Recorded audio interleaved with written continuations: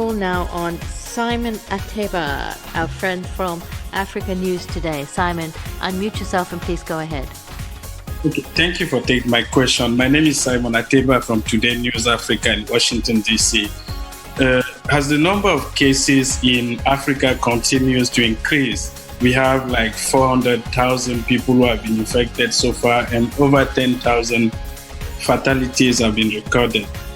We are beginning to see many people claiming that they have a way of curing the disease. For instance, on Monday, a very popular pastor in Nigeria, TB Joshua, released a video of a medical doctor in Cameroon who was said to have been cured of the virus through prayers.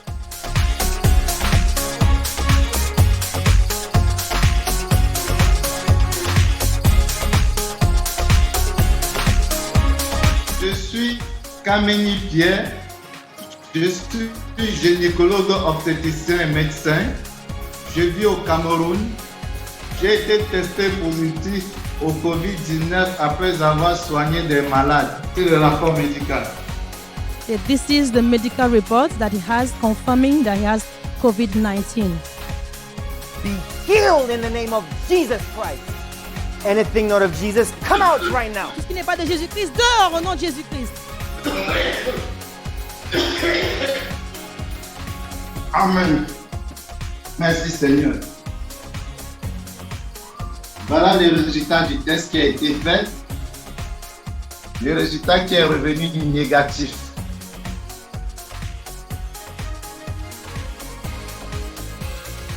I was wondering, in the context of infodemics, how does WHO react to this influx of information coming from pastors and from people who are not maybe in the medical field? Thank you.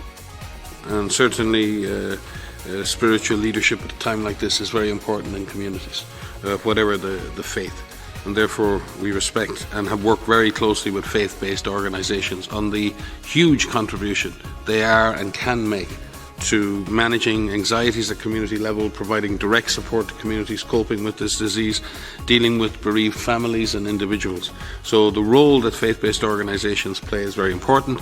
They also play a very important role in getting good information to people. Sometimes it's projected as a route of misinformation. In fact, we find that faith-based organizations are a very effective way of passing good information, because faith-based organizations are very often trusted by communities. They're a different channel, and we're working very, very closely with those organizations around the world. In fact, this week at the pre-conference on the WHO Infodemiology Conference, I think we had over more than 10,000 connections to that conference. In fact, I think today on the research side we have 1,000 connections into that.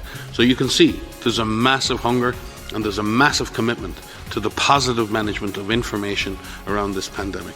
And we're working very hard with our partners in the tech industry, our partners in the communications and social sciences, and other UN organizations to do that.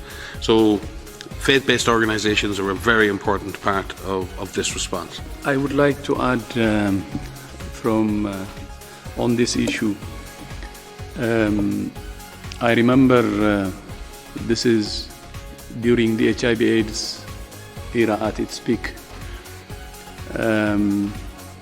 and we started using medicines, and some patients were using some medicines, and there was same situation like what we're seeing now, where people were forced to choose between the medicine and faith.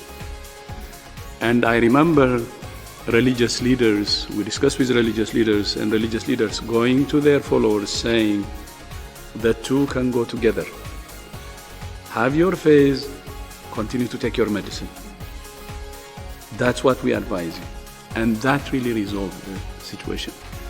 And we know, as what Mike said, many religious leaders who would really advise their followers to follow their faith, but at the same time use science. The two do not contradict, they go together. So that's our advice. And we would call on all religious leaders to be in this fight and save lives. Thank you.